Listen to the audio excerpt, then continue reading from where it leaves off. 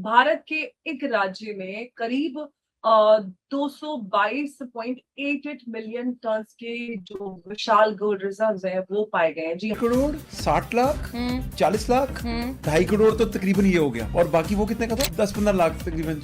यानी कि आप इस टाइम पे 3 करोड़ रुपया पहन के आई हुई हैं। और ये मेरी सस्ती तैयारी। पैसे तो उसके बाद जरदारी दौर में भी बहुत सारे मिले थे 2008 में जब इनकी हुकूमत आई थी, और वो ओबामा का दौर था और बहुत ज्यादा पैसे उन्होंने फिर बाकायदा फिगर्स कोट किए। बने छुपे हुए हैं जो आने वाले जो दशकों हैं उनमें जो देश की तकदीर है उसको बदल कर रख सकते हैं, क्योंकि इतिहास गवाह है कि जो सभ्यता ये चेन गोल्ड है। डायमंड कितने किया? टर्किश है। I think it should be it's सस्ता है। कितना? 6-7 lakh. This is again diamond and gold. या ये कितने का? होगा कोई 30-40। आज मैं महंगी चीजें पहनती 1000 हूँ। का। लाख 1000 में क्या मिलता है? हद ये तो कितने होगी। का?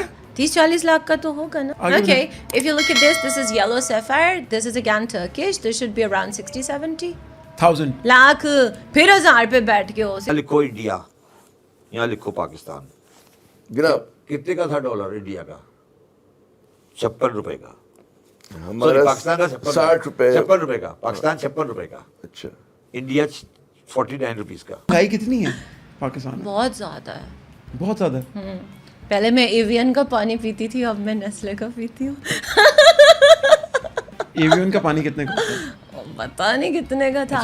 ये हमारी गुर्बत से इतनी ऊपर की बातें हैं। सिर्फ एक माइनिंग की डिस्कवरी नहीं बल्कि एक संभावित इकोनॉमिक गेम चेंजर के रूप में देखा जा रहा है। और ये खबर ये कितने के लगे थे? This is I think around 40 to 45,000. It's acrylic and then you have nail art on it. It takes around 2 घंटा। बहुत इम्पोर्टेंट एक तरह से धातु है, उसको सिर्फ नेटिव फूड खाती हैं आप? हाँ, मैं रेगुलर खाना नहीं खाती, मुझे देसी खाना जहर लगता। Biryani? No please, such a turn off। सारा कुछ जब सड़ जाता है तो निहारी, Ew! ओजरी, No! दाल चावल, प्रोटीन, बकरा कौन सा होता है? मतलब लड़की बकरा खाती हुई क्या ही लगेगी। बकरा नाम ले आप लोग कभी बकरा नहीं खाए कभी? I don't like it. I don't like। बकरा ईद आ रही है अभी। तो send it to the poor people। तो दोस्तों देखा आपने, इस ग्रह पर, इस पृथ्वी ग्रह पे ऐसे ऐसे प्राणी भी हैं जिनको देखने के बाद सोचना पड़ जाता है कि वाकई पृथ्वी की ही प्राणी है कि कहीं और से। हालांकि इसे पाकिस्तान की राखी सावंत कहा जाता है, ये पाकिस्तान की राखी सावंत थी, लेकिन अब इसने अपने ही इस वीडियो में बताया कि इसके अब्बा, इसके दादा सब फौज में थे, यानी कि फ़ौज का प्रोडक्ट है ये भी, और यानी कि इसके अब्बा चब्बा टब्बा तब्बा सब फौजी थे। अब इसको जब मैंने देखा तो मुझे एक याद आया कि भाई इनका DGISPR, जो कि थोड़े दिन पहले बोल रहा था कि भाई उसने एक प्रेस कॉन्फ्रेंस की थी और बोला था कि इस बार आओगे, ऊपर से आओगे, नीचे से आओगे, दाएं से आओगे, बाएं से आओगे, और आओगे तो मज़े ना करा दिए तो कहना। अब मुझे फिर समझ में आ गया कि वो कैसे मज़े कराने वाला था इसको देखने के बाद। अब वैसे आप लोगों ने मुझसे बात कहलवा दी, मैं ये कहना नहीं चाहता था, लेकिन फिर भी इसकी हरकतें देख के हंसी आती है और लगता है कि यार किस तरह के लोग भी हैं। वैसे पाकिस्तान नमूनों का देश है और ऐसे नमूने अगर हुए हैं तो कोई बड़ी चीज़ नहीं है। दूसरी चीज़ कि भारत में सोने का ख़जाना मिल गया है। भारत में, बिहार में बहुत बड़ी माइन मिली है जिसमें टनों सोना है, जिसे देखने के बाद जो है मोदी जी कह रहे थे भाई सोना मत खरीदो, लेकिन लगता है सोना खरीदने की ज़रूरत पड़ेगी नहीं, क्योंकि भारत में ही काफ़ी टनों सोना निकलने वाला है। आप इस सब के बारे में क्या सोचते हैं? राखी सावंत जो है पाकिस्तान की, इसके बारे में क्या सोचते हैं? कमेंट बॉक्स में ज़रूर लिखिएगा। वीडियो अच्छा लगे तो लाइक करें, शेयर करें, चैनल को सब्सक्राइब करना ना भूलें और बेल का आइकन प्रेस करते हैं लेटेस्ट नोटिफिकेशन के लिए। आइए आगे बदल कर रख सकता है। और अब रिपोर्ट के मुताबिक भारत के एक राज्य में करीब 222.88 मिलियन टन के जो विशाल गोल्ड रिजर्व्स हैं वो पाए गए हैं। जी हाँ, दुनिया का दूसरा सबसे बड़ा गोल्ड कंज्यूमर भारत, जो हर साल अपनी जरूरतों के लिए सोने का जो बड़ा हिस्सा है वो इंपोर्ट करता है, क्या अब अपनी ही धरती के नीचे छुपे इस खजाने के दम पर एक नई गोल्ड रेवोल्यूशन की तरफ बढ़ रहा है? क्या ये खोज भारत की इकोनॉमिक सिक्योरिटी को मजबूत करेगा? क्या इससे इंपोर्ट बिल जो हमारे हैं वो कम होंगे? और क्या ये राज्य जो है वो भारत का नया गोल्ड हब बन सकता है? और सबसे बड़ा सवाल ये है कि क्या भारत के नीचे अब भी ऐसे ही खजाने छुपे हुए हैं जो आने वाले जो दशकों हैं उनमें जो देश की तकदीर है उसको बदल कर रख सकते हैं, क्योंकि इतिहास गवाह है कि जो सभ्यता है उनकी तकदीर अक्सर उन खजानों ने बदली है जो जमीन के नीचे छुपे होते हैं। और आज भारत की धरती से निकली इस खबर को सिर्फ एक माइनिंग की डिस्कवरी नहीं बल्कि एक संभावित इकोनॉमिक गेम चेंजर के रूप में देखा जा रहा है। और ये खबर बहुत बड़ी है और इस खबर पर हम आगे चर्चा करेंगे और इस पर बात करने के लिए आगे मेरे साथ मौजूद है उमेश अग्रवाल जी। उमेश जी, बहुत स्वागत है आपका। जय हिंद, नमस्कार। जय सिया राम अंबर जी।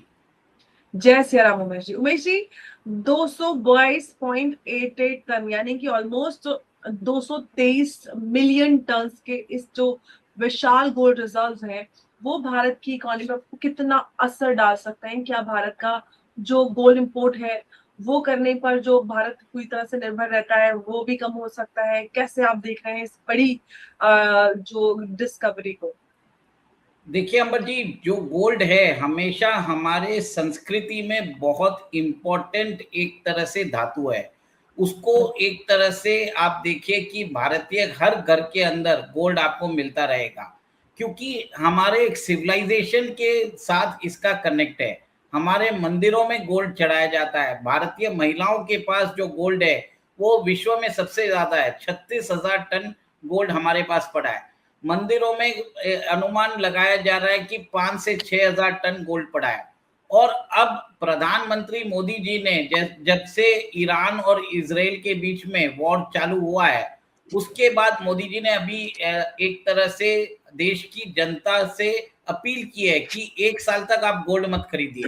और उसी के बीच हमें रिपोर्ट्स आती है कि बिहार के जमुई डिस्ट्रिक्ट के अंदर 222.88 मिलियन टन के जो गोल्ड ओर है वो पाए गए हैं। सबसे बड़ी बात यह है कि गोल्ड के रिजर्व जो मैक्सिमम है, हमें याद होगा कि कोलार गोल्ड फील्ड का KGF मूवी आई थी तो हमें लगता है कि सबसे ज्यादा गोल्ड रिजर्व जो है कर्नाटका में है।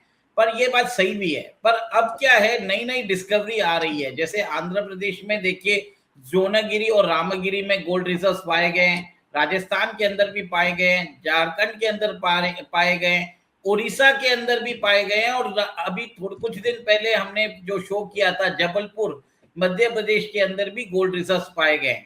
पर अब ये जो डिस्कवरी हुई है इसका ये बताया जाता है कि देश का 44% जो गोल्ड और रिजर्व है वो अब बिहार के अंदर है और जमुई डिस्ट्रिक्ट के अंदर पाया गया है। सबसे बड़ी बात आप ये देखिए, सेंट्रल बैंक जो है गोल्ड खरीद रहे हैं और जब से इन्फ्लेशन जब भी बढ़ता है तब लोग जो है गोल्ड के ऊपर भरोसा करते हैं। कैश जो है लोग कम रखना चालू कर देते हैं। इसका मतलब ये है कि जब भी फाइनेंशियल सिस्टम में कोई प्रॉब्लम आता है gold is the last resort, तो एक हेज रहता है इन्फ्लेशन के अगेंस्ट। तो अब आप देखिए कि ये जो अगर डिस्कवरी होती है और उसके बाद इसके अंदर माइनिंग एक्सट्रैक्शन चालू हो जाता है तो भारत के अंदर गोल्ड रिजर्व जो हैं हमें इंपोर्ट करने की जरूरत ही नहीं पड़ेगी। देश के अंदर से ही हम सोना को माइन करके देश की जरूरत को पूरा कर सकते हैं। देखिए, हम ये तो नहीं बोल सकते कि पूरा गोल्ड इंपोर्ट बंद हो जाएगा, पर कुछ भी देश के अंदर प्रोडक्शन होता है तो इससे फायदा भारत को होने वाला है। आप देखिए भारत के अंदर जो एरियाज है जैसे गोल्ड माइनिंग होनी चाहिए, जैसे झारखंड है, उड़ीसा है, बिहार है, यहाँ पर जो है वैसी पॉपुलेशन है जो श्रमिक पॉपुलेशन है, ब्लू कॉलर जॉब्स के लिए उपयुक्त भी है। वहां पर इंफ्रास्ट्रक्चर डेवलपमेंट भी चालू होगा, पूरे रीजन का डेवलपमेंट होगा। और सबसे बड़ी बात है कि जो हर साल हम फॉरेन एक्सचेंज रिजर्व्स जो हमारा ड्रेन आउट होता है जिसके कारण हमारा रुपया कमजोर होता जा रहा है उसको भी एक सपोर्ट मिलेगा। और सबसे बड़ी बात है कि भारत जब गोल्ड का उत्पादन यहीं पे जैसे रिफाइनिंग चालू हो जाती है तो एक तरह से आप देखेंगे कि उससे भारत की डेवलपमेंट होती है, ग्रोथ होती है। और ये भी मुझे लगता है कि भारत सरकार को इसके ऊपर फैसला लेना चाहिए और जो NMDC